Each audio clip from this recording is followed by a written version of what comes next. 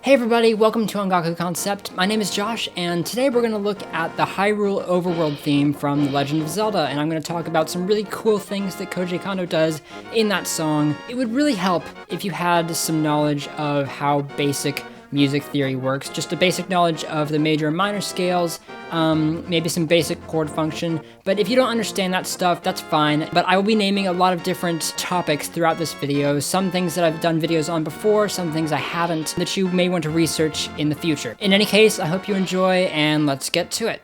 Alright, so the Hyrule Overworld theme is in the key of B flat, but we're going to go ahead and transpose it up a whole tone to C, just to make things easier to talk about and work with. So, transposing, we're in the key of C. Everybody knows that, right? You just go up the C major scale.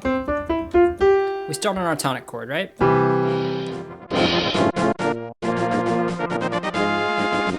Now, as this G hits, we get this chord. This is pretty interesting. The idea here is that we're moving this root from C down a whole tone to B flat. This is the flat 7 of the key. It doesn't exist in C major. We're borrowing from the parallel minor. Now, the idea here is that we have like our C major scale, and we have our C minor scale. And we're borrowing those out of key notes from the parallel minor, which is the flattened 3rd, 6th, and 7th, E flat, A flat, and B flat. We're borrowing those three notes from the minor scale. And this is an idea called modal mixture, when we're mixing the major and minor modes. And so that's the idea here. We're moving the C down to a B flat. Now, modal mixture is very common in rock music and blues and jazz. It's also, I find, it has a tendency to sound kind of heroic when applied to more orchestral contexts. So you hear it a bit in that kind of stuff when you listen to like movie themes or whatever. And so it seems like a natural pick for this kind of music. You know, like the triumphant sort of, that sort of idea, like from the Mario, Super Mario Brothers ending, theme. That is, again, an example of modal mixture. So we have this B flat that comes from the parallel minor. So we have C, right? This isn't a B flat major chord. This is a G minor over B flat. So we just taken our normal G chord and we flattened the 3rd. Now this is really, really clever because it's not really that far outside of the key. We're kind of nudging ourselves outside of the key, and you're going to see why in just a minute, because what Kondo does here is, like, ridiculous. So we have C, go down to G over B flat, and then we get... So we have G, A flat, A flat, again borrowed from the parallel minor, B flat, and C. And this chord here is an A flat major chord. Again, borrowed from, this is the flat 6, it's borrowed from the parallel minor. We have, so right now we have this bass line going like this. And what happens next is fascinating. So we have...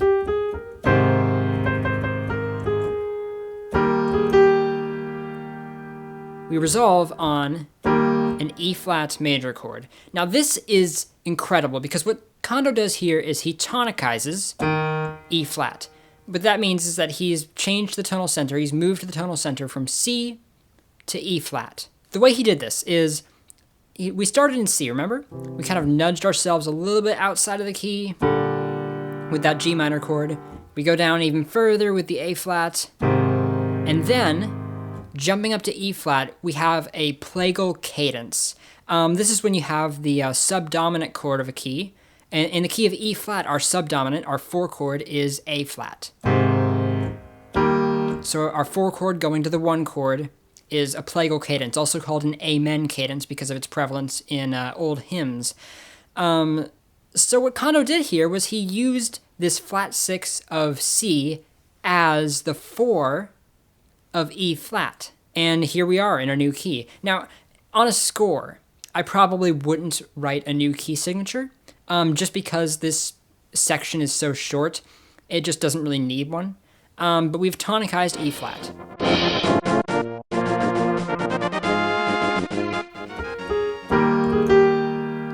Also notice we have the melody using primarily the 5th and 3rd of this E flat chord.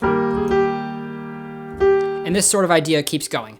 So next we have a D flat. Again, using the 3rd and 5th of the chord. Just using chord tones in your melody is a good way of making sure that your melodies are going to sound good with the rest of your harmony. Now, I do like this idea of going down to a D flat major chord from here. It's not in the key, it's borrowing from the parallel minor of E flat, like an E flat minor scale. We've borrowed this D flat chord, or you can see it as mixolydian, whichever you prefer. But I see it as like a reference to the intro. We started on C, we moved down a whole tone to B flat. Now we're in E flat, we move down a whole tone to D flat. I see it as kind of like a reference to that, kind of keeping the motif going. And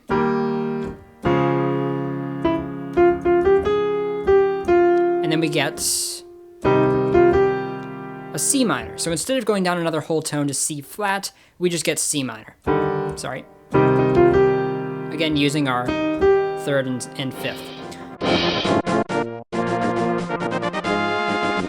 Now at this point, the song is beginning to run low on steam, because not only do we tonicize E flat, D flat was a bit of a departure, but then we resolved again on a bit of a calmer chord on C minor. So what Kondo does is we get this crazy bright, jarring chord, this D major here.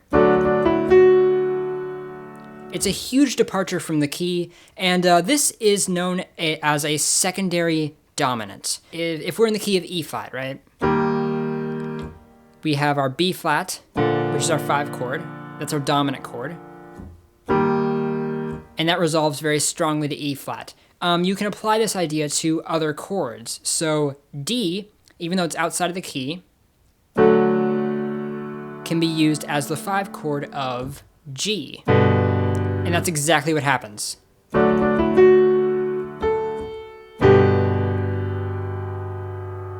So the D is the 5 of G, and G is the 5 of C.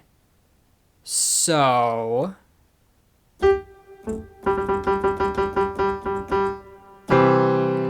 now here we are back again on C. So we have E flat, D flat, C minor, D, G,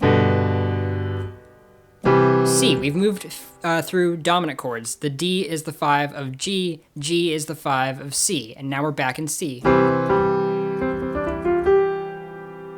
just think it's fascinating how all of that works. Like, Kondo uses chord associations to kind of move himself in and out through different keys in a very smooth fashion. I think it's a great way of looking at composing.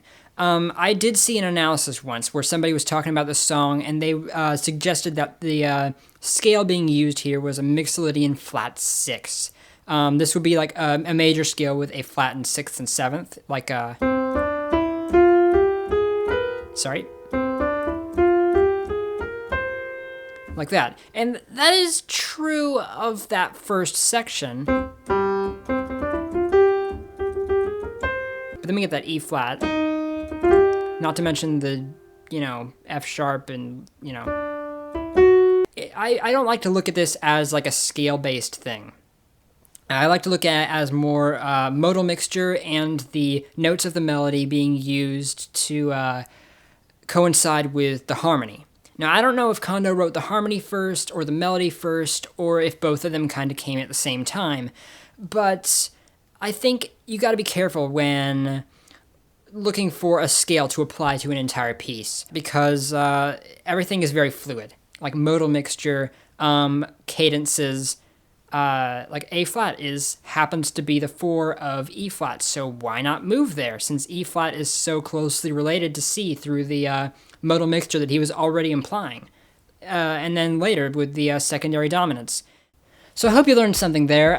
Koji Kondo is a master of using simplicity to its fullest. None of these chords are really complicated, none of these ideas are very complicated, but he uses them to string together really interesting ideas in really simple, fluid ways.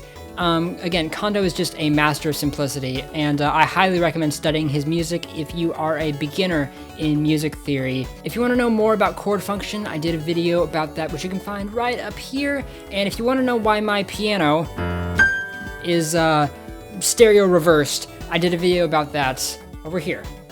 Thanks again for watching, and I'll see you guys next time.